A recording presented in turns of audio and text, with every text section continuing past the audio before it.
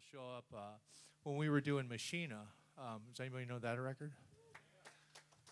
We worked with the great producer Flood, and Flood, just a fantastic musician in his own right, would sit us down and make us play songs in the weirdest way. Like he would want to hear like Blue Skies Bring Tears as a samba.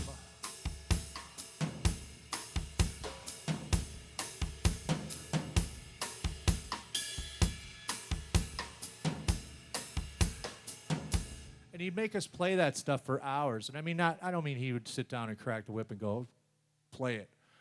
He would just, ask us to play it. And then he would ask us to play it like.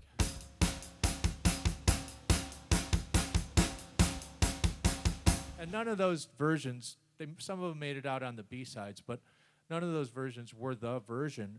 But when we came back to the version that we knew was going to be the version, we had all those ideas in our back pocket, and we knew what those feelings felt like. We knew that when we played a certain way, we got a certain type of feeling. So even if we didn't play it like that again, we knew that we wanted to get that feeling again. I wanted to get that kind of double time feeling when he goes, when he says a certain lyric. I want it to feel kind of itchy right there. So how do I do it with the main beat that I'm playing?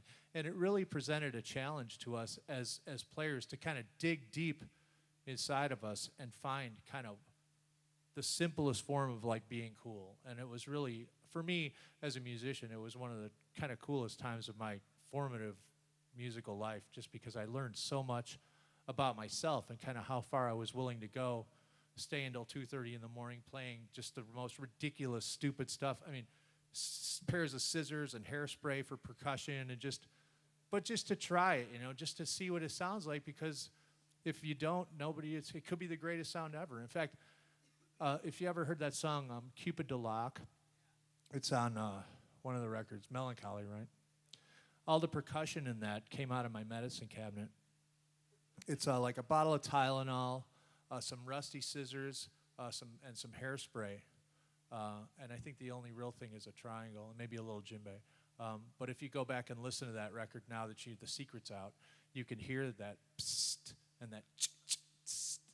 But I mean, it's cool. I mean, if you've got stuff laying around your studio and you're just trying to find something cool, grab a couple hangers or grab anything that makes a sound and put it on the record, because you listen to those Pink Floyd records or those Beatles records, you're hearing all kinds of crazy stuff in the background. That's what makes it so interesting to listen to, is that you can listen to it on so many different levels.